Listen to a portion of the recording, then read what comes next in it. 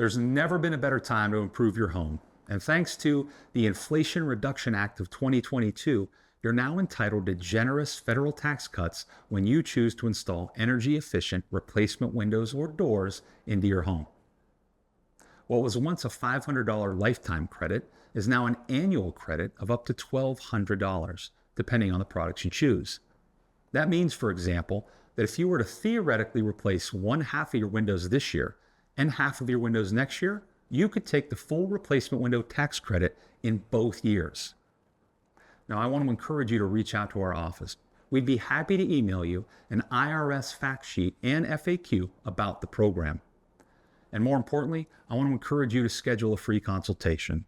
That way, our consultants can walk you through exactly what you qualify for, so you'll know how much we can help you save.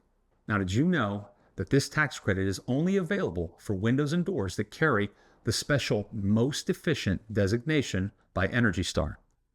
And did you know that only about 5% of windows qualify for this standard?